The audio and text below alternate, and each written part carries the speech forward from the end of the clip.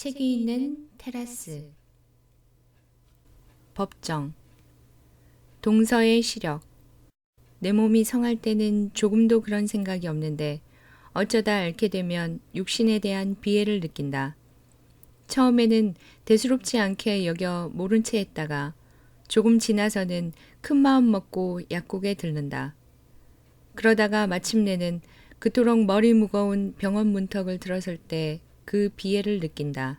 복도에 앉아있는 그 후줄근한 시간에는 내 육신이 사뭇 주체스러워진다.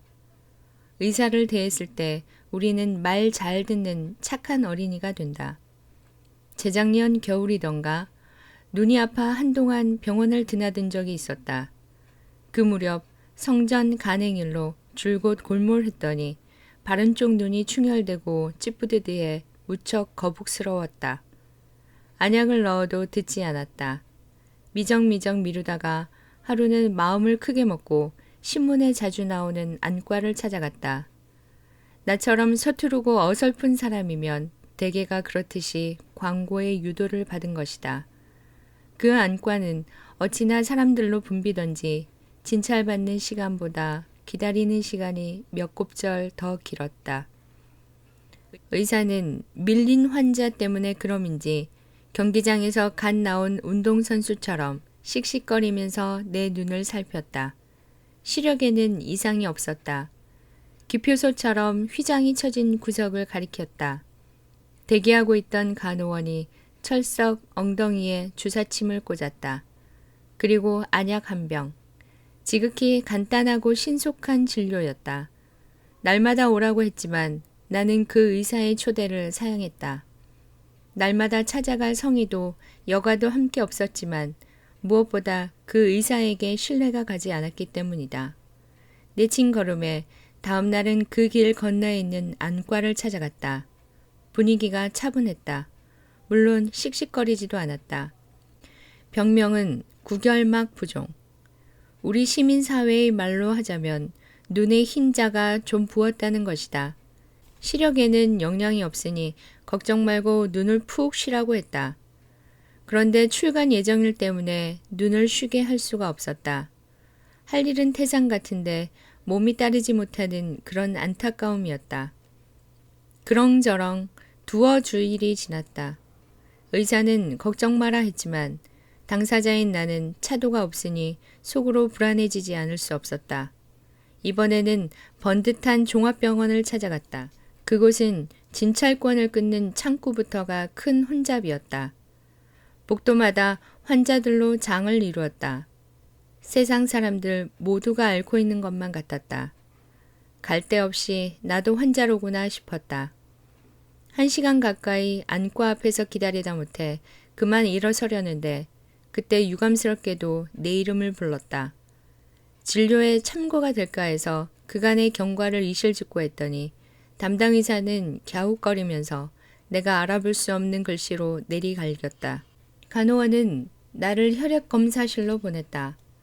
그러고 나서는 변을 받아오라고 했다. 이거 왜 이럴까 싶었지만 착한 어린이가 된 환자라 시키는 대로 순종했다. 그러면서도 이런 생각이 스쳤다. 아하, 종합병원이란 곳은 참으로 종합적으로 진찰을 하는 데로구나. 주머니 실력도 종합적으로 공평하게 분산시키는 데로구나. 혈액이고 변이고 검사 결과는 물론 정상이었다. 그토록 정상인 내 몸을 이번에는 또 수술실로 데려가는 것이었다. 조직 검사를 해보자는 것이다.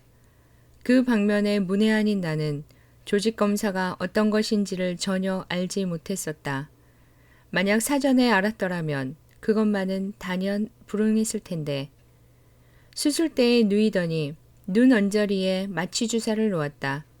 구결막을 두어 군데 오려내고 꿰매는 것이었다. 내 눈은 납치범이 아닌 의사의 손에 의해 철저히 봉해졌다. 이것도 뒤늦게야 안 일이지만 혹시 암이 아닐까 싶을 때 조직 검사를 한다는 것이다. 한 주일 후에야 그 결과가 판명된다는 말을 듣고 한쪽 눈을 안대로 가린 나는 몹시 답답하고 막막한 심경이었다. 귀로의 나는 문득 내 육신에 대해 미안하고 안쓰러운 생각이 들었다.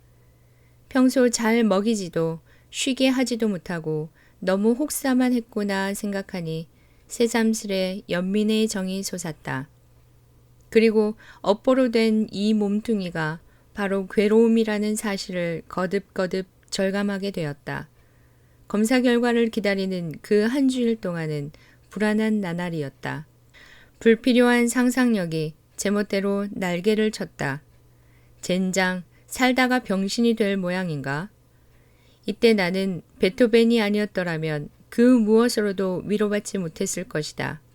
어떠한 병고라 할지라도 그가 겪은 것에 비한다면 아무것도 아닐 것 같았다. 그의 가혹한 운명적인 생애가 병고에 위축된 그 겨울의 나를 따뜻하게 그리고 밝게 조명해 주었던 것이다. 검사 결과는 혈관이 좀 수축되었다는 것, 그뿐이었다. 다행이라 싶었지만 한편 생각하니 괘씸했다. 돈 들이고 병을 산 셈 아닌가. 그동안에 입은 정신적인 피해는 놔두고라도 조직 검사로 인해 눈을 더 망쳐놓은 것이다. 의사 자신이나 그 가족의 경우였다면 그같이 했을까 싶었다. 그래야 내 마음이 편하니까. 왜 하필이면 내가 그날 그 병원에 가서 그 의사한테 진료를 받게 됐을까? 그것은 모두가 인연의 줄에 얽힌 까닭일 것이다. 설사 그 의사의 신중하지 못한 임상실험으로 내 육신이 피해를 입었다 할지라도 그것은 내가 지어서 받은 과보이다. 내가 아쉬워서 내 발로 찾아갔으니까. 그리고 유기체인 이 육신을 가지고 항상 온전하기를 바란다는 것부터가 과분한 일 아닌가. 눈은 그 뒤 한의사의 가루약 5봉지를 먹고 나았다.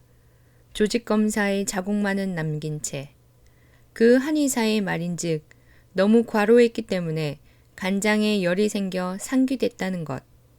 상기가 되면 구결막이 붓는 수가 있다고 했다.